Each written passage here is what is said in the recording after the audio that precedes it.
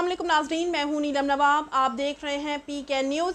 नाजरीन, सबसे पहले खबर शामिल करेंगे। उम्मीदवार NA-77 हाफिज हमीदुद्दीन अवान, उम्मीदवार PB 64 मोहम्मद यूसुफ बट जमात इस्लामी की जानिब से महंगाई के खिलाफ एहतजाजी कैंप लगाया गया। मजीद तफसीलात सरदार ताहिर महमूद की इस रिपोर्ट में।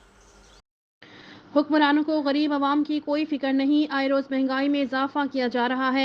आटा सब्सिडी के नाम पर जितना अरबों रुपए की करप्शन की गई, इससे हुक्मरानों की तरजीहात वाज़ेह होती हैं। ये मुल्क कौम की खातिर नहीं, कौमी खजाने पर हाथ साफ करने की खातिर इक़्तिदार पर मजीद मुसल्लत रहना चाहते हैं, मगर उनकी ये मंशा पूरी नहीं होगी। पाकिस्तान के बाशऊर अवाम आइन की पासदारी की खातिर हुक्मरानों का कड़ा मुहासबा करेंगे और सिराजुल हक की क़यादत में जारी जदोजहद को कामयाबी की मंजिल तक पहुँचाएंगे।